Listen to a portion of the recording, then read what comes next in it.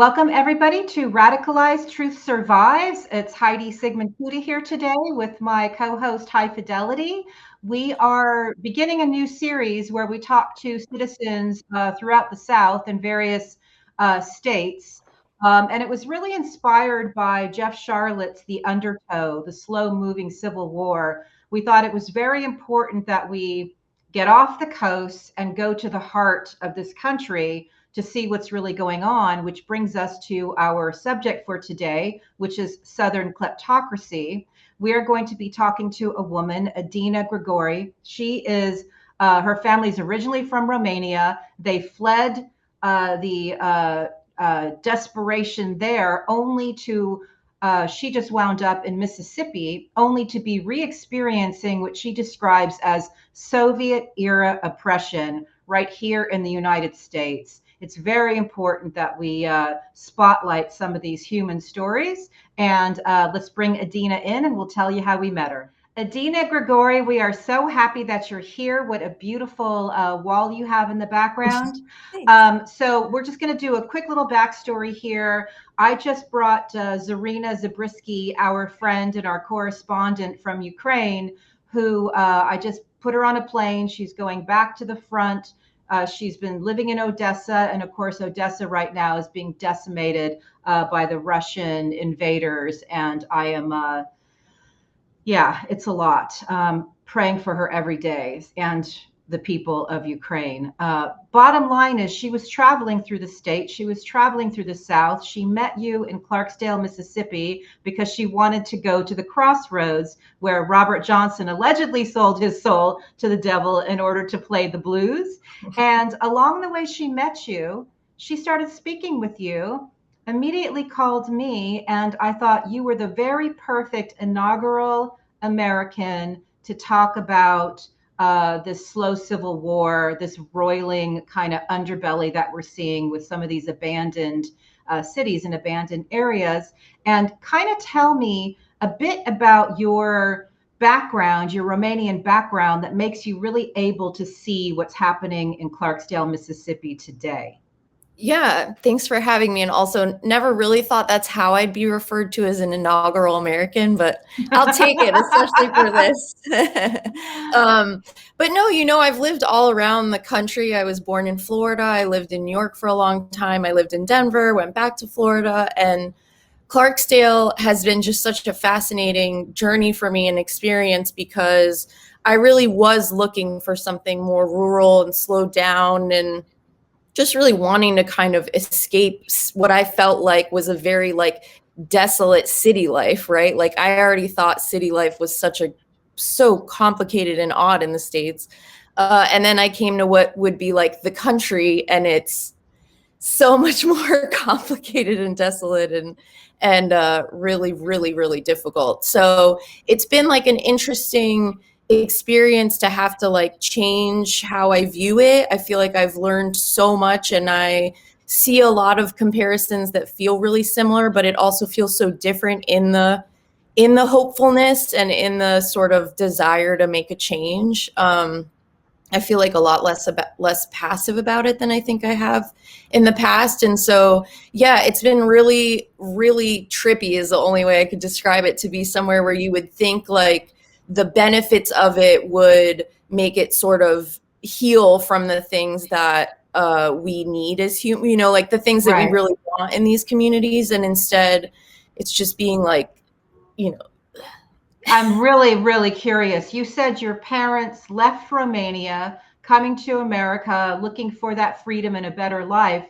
And yet you are seeing comparisons in Mississippi to what they described in Soviet era oppression and kleptocracy. Can you describe some details about that? Yeah, I mean, again, I feel like my whole life here, I've kind of seen that stuff because, of course, my parents came from somewhere that was such an extreme version of everything, right? And it was really, really severe censorship and being watched and being monitored and not having access to your rights and just the things that you need. And so I think throughout living my life in the US, I've kind of been like, it feels like we kind of have these things. But here in Clarksdale, it's just so much more obvious. So the poverty rate is astronomical, but here there's this tendency to like really blame the people for the poverty rate. The way that the town itself looks, it looks as if it's war torn. It looks as if it's under a government that's literally abandoned it or going through something, which is not the case. You see like food pantry lines that to me read a lot like bread lines. The incarceration rate, there's just so many things here that you can just tell it's like the people being held down and being made to feel like they're the problem, right? There's no labor. Well, no, actually, there's just not paid labor that actually would make people not need to go to food pantry lines, right? It's like people essentially having to choose hunger, like how to service their families or work. Like that's worse even than what the conversation tends to sound like, which is like, oh, there's no workers. It's like, no, people are actually in survival mode here. Wow. Yeah. It's amazing. I know before this interview, I did a quick news search, Clarksdale, Mississippi, and everything was just shooting. It sounded like reports from a front. It sounded like reports from a war zone. This is happening in America today, and we are learning so little about it because all we're hearing about and what's blanketing the news is culture wars to distract from the very type of corruption that you were describing in our pre-interview. Yeah, it's extremely violent here. And I think that's one of the perfect points that people can kind of look at and blame someone else, right? If the violence has not touched your life, and even when it does, you can point to like someone else and be like, well, that's the bad guy that the violence is coming from. But here it's at such a high rate, like 1 in 90 people will experience a violent crime against them here, that it's significantly more difficult to ignore. It's significantly more difficult to blame anyone.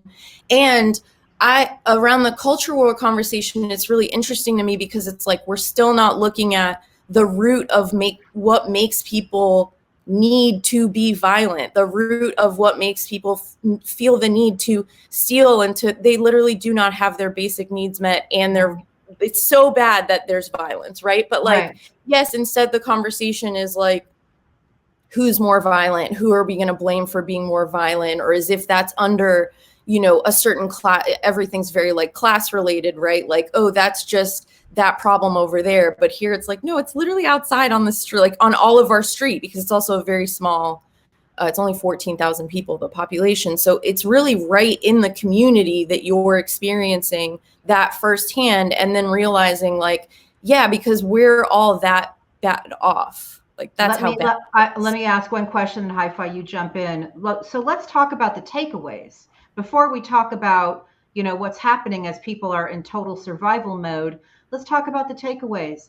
I think you sent me a stat that 87 rural hospitals across the country closed, with most located in the South, and that's from 2010 to present. And right now, you explained to me that there is one left in your community, and that is on the brink of closing. What are people supposed to do? I mean, literally, this is how people talk in this town. They'll be like, where are we going to go? Are you going to go over to this town over here, an hour, this town over here? What's happening?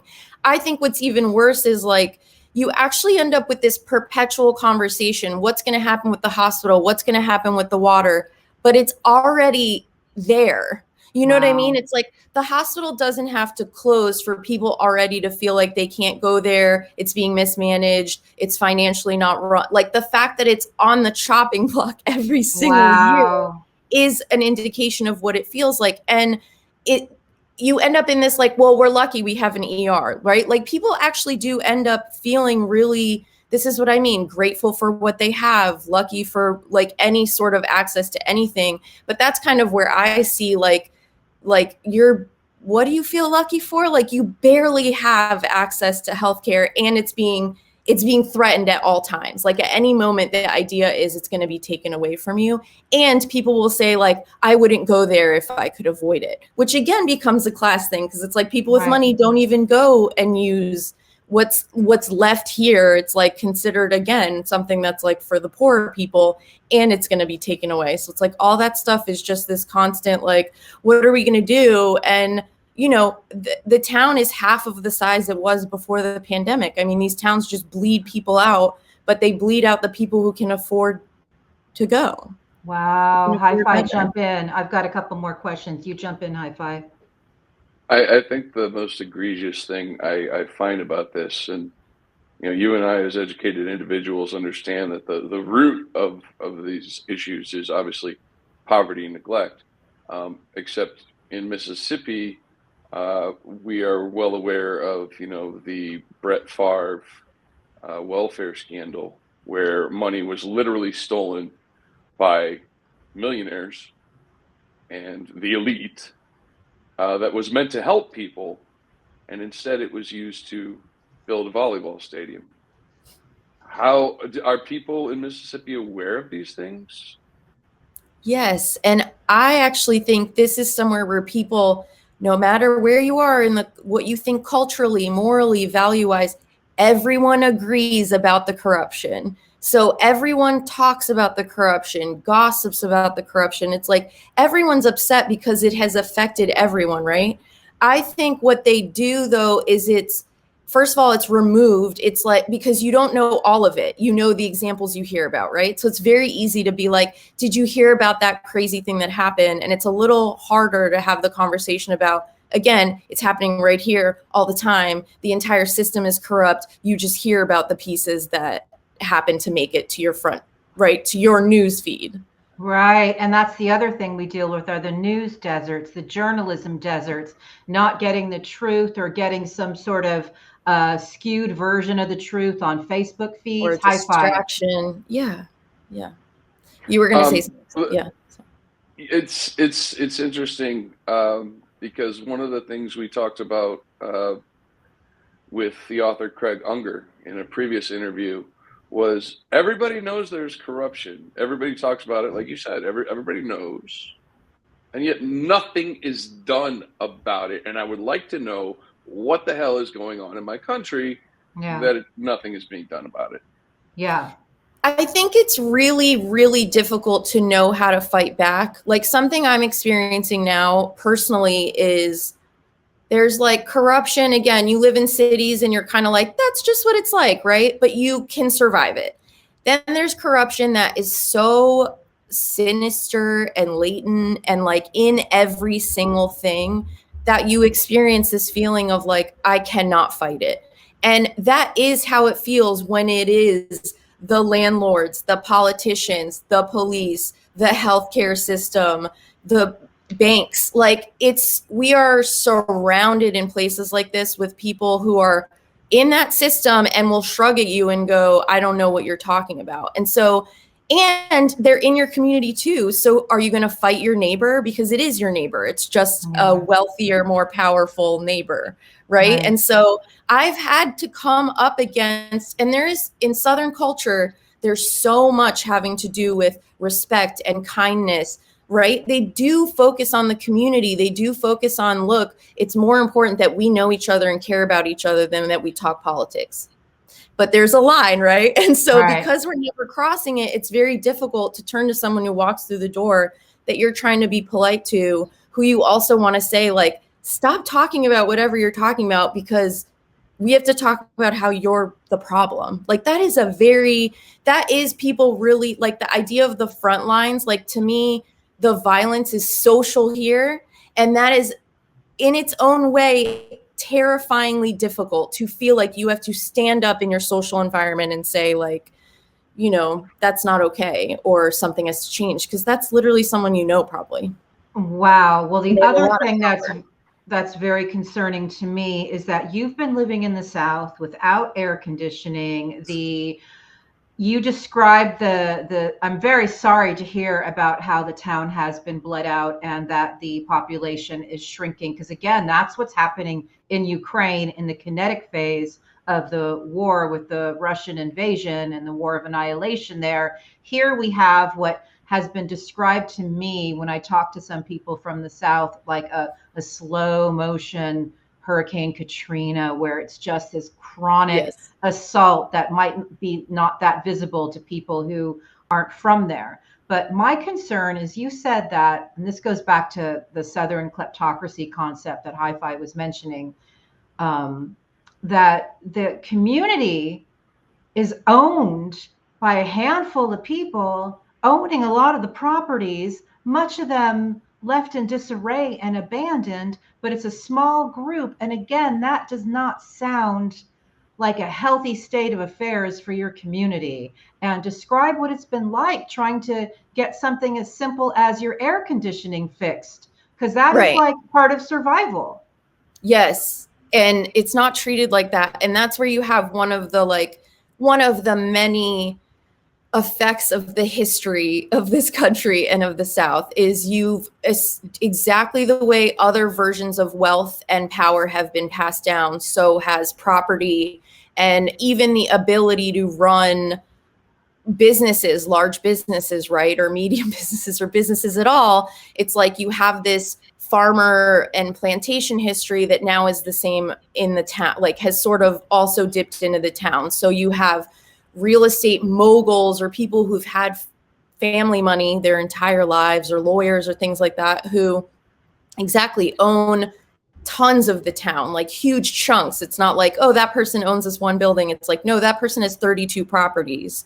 Wow. And they have a lot of money. And so I don't know the specifics. I do know about is I know that there are tax credits for people like this. Yeah. I know that there are responsibilities that they have. Like I've had to do extensive research because I've dealt with landlords who exactly do not upkeep their buildings, do not care about having the AC on, do not care if there are leaks, do not care if the building would be rendered uninhabitable for sure if it was being run in a way where anyone actually checked on anything like that, or the system itself regulated anything like that.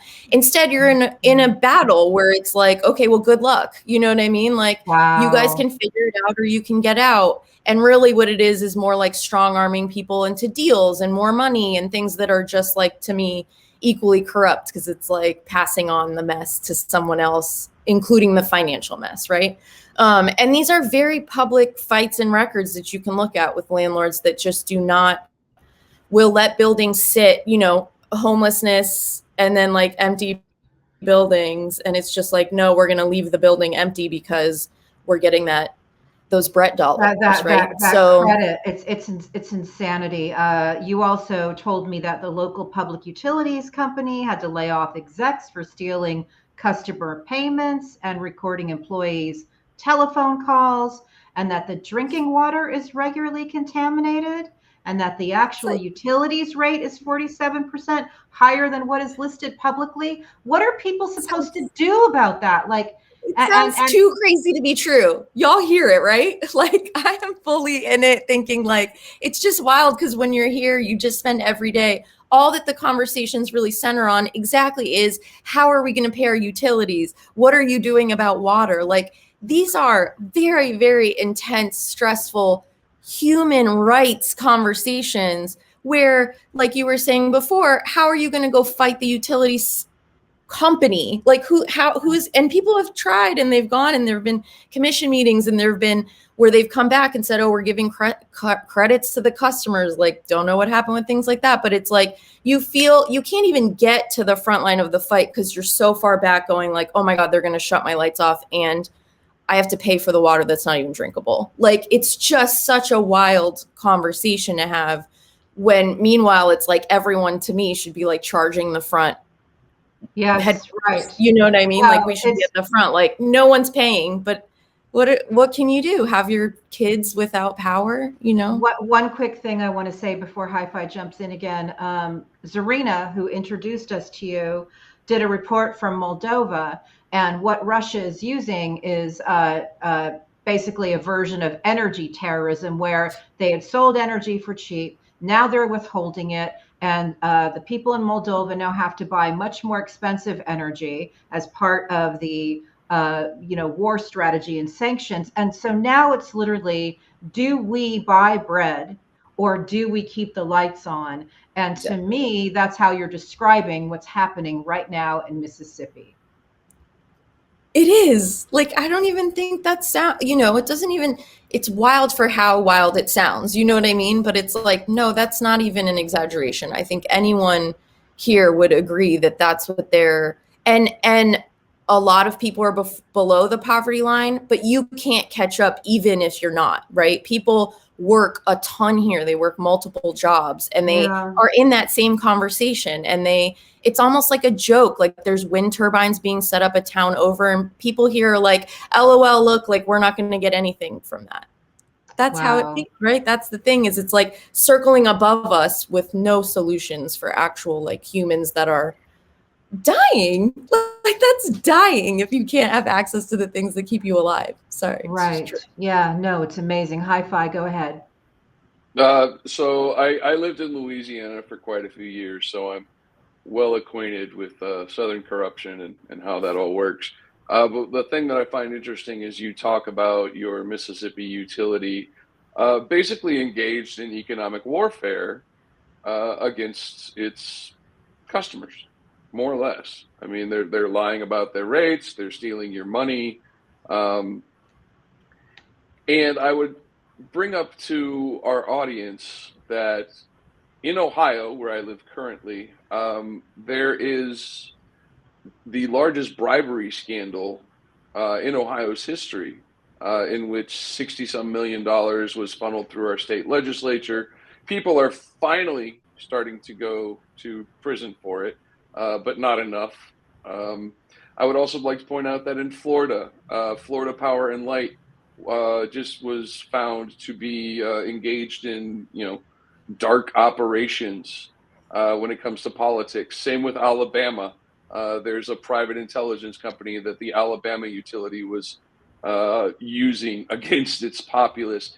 And I think we as a country need to take a real hard look at how we are addressing power consumption, because it's only going to get more important as our biosphere collapses, right? And more of us need air conditioning. We need, lights to grow food, whatever we need. Right. I don't think capitalism works in this model. I don't know what the answer is, though. Any thoughts? I'm sure you all have had a lot of extreme conversations, but I think we should be working on that stuff being free. It should be free. Yeah. We need to work on basic rights being free so that people actually feel compelled to go work at the hospital, work in any environment. Like, I don't know. I have gotten very extreme about it, because I honestly feel like a lot of what I have to do with my company is figure out, just to survive, how to live off the grid, right? Like, things that used to be like revolutionary now are like, no, we actually have to do that to survive as a company and as human beings. So I don't know if that's how far you're taken mentally and socially as a community, because people agree, then you know that that's how many of your resources are being stolen from you, right? So that you feel like, oh no, how do I do this? Like, we are in a food desert. We didn't even talk about that, but like, Walmart is the food source. Wow. So what are you going to do if you don't have food at Walmart? These are rights. Like, but I've just, I believe in a universal income. I'm like, I think people freaking out about AI and robots, I'm like, no, again, the conversation's wrong. The whole point of them doing the work is you get paid to live as a human. Like, we're just not meeting it in the middle. We're funneling everything that's supposed to make things better to the top, and then we're all paying for all of it. Your generation is going to have to get us out of this, because my generation has failed terribly. I do want to say that one of the things we learned during the pandemic was universal health care is a great thing. Everybody had access to health care. That health care saved millions and millions of lives, contrary to all the disinformation narratives. That's a fact. So what you're saying is very true. We are watching a billionaire destroy what's left of the public square, the very imperfect public square known as Twitter. That should be a public utility. So these are actually really smart conversations to be having. One more thing I want to ask you is, I'm just going to read these stats. Median income in Clarksdale, $16,901. Poverty rate in Clarksdale, 44%. child poverty rate 53%. This is not the numbers that you hear generally in America, and yet this is very, very real. What can we and our audience do to help the people in Mississippi? What can we do to help expose the problems that you guys are experiencing having to live in survival mode? Yeah, I mean, first of all, just to touch on that poverty rate again, it's like the 44% number and the 53% number are so mind-boggling, right? 1 in 2 people here, like this is not a class issue, a race issue, like this is literally half of the children in this town do not have enough money. And you need to remember, everyone needs to remember, poverty is like, the way we define that scale at this point is already skewed, right? Because no one watching this would want to or think that they could live on $16,000 a year. And the bar is like way higher. It's not even like, well, it's okay, because if everyone got to 24, we'd be fine, right? No, it's just like not enough money for people to literally be alive. But I think honestly, the biggest thing, which we talked about a little bit, is the culture wars, is understanding that a lot of the backlash in these communities is they feel ignored, put down, vilified, treated as if where they are morally is the problem, treated as if their family values are being judged by the liberal elite or whatever, right? Whatever all the jargon is. I think that's the most dangerous piece, because we're actually all on the same side. Like when people come together to produce energy, for example, or food, it doesn't matter what you think. All of us producing whatever we need together is exactly as valuable, right, as someone who agrees with us doing it. And there's no reason to be sucking the South. It's one thing to come here, like Zarina is able to look around and be like, oh my God, it looks as bad as Ukraine. Mind blowing, right? But there should be sympathy for that, not judgment. And instead, I think so much of what happens is the conversation is like, oh, well, I don't know how you're even in Mississippi, right? How do you even deal with the rural place in the US right now? And it's like, yeah, it's difficult, but we have way more, right? Like, yes, the misogyny, the classism, the racism, that stuff is real. It is to be criticized. But I think it's just at this stage where we're like, can we all like eat and cool off first and figure out how to not die of poverty? And then we can talk about how to open up each other's values and open up, because honestly, like, everyone's trying to protect themselves and their kin, same value across the board. Yeah. And it's like, shouldn't we all be like working together? Like we have to be on each other's side. And I think it's just a really hard conversation for people here, because they feel like they've been kicked down a lot, and they have been. And that's the case across everyone here, right? And of course, the population is majority not white. So there's even more history there that makes it be like, yeah, maybe if we could all just have reparations, everything would be fine. But it's like, instead, they're caught up in how they are made to feel for being Southerners, instead of like, hey, we are all in this together. Like, what do we do next? You know, we all agree. Amazing. High five.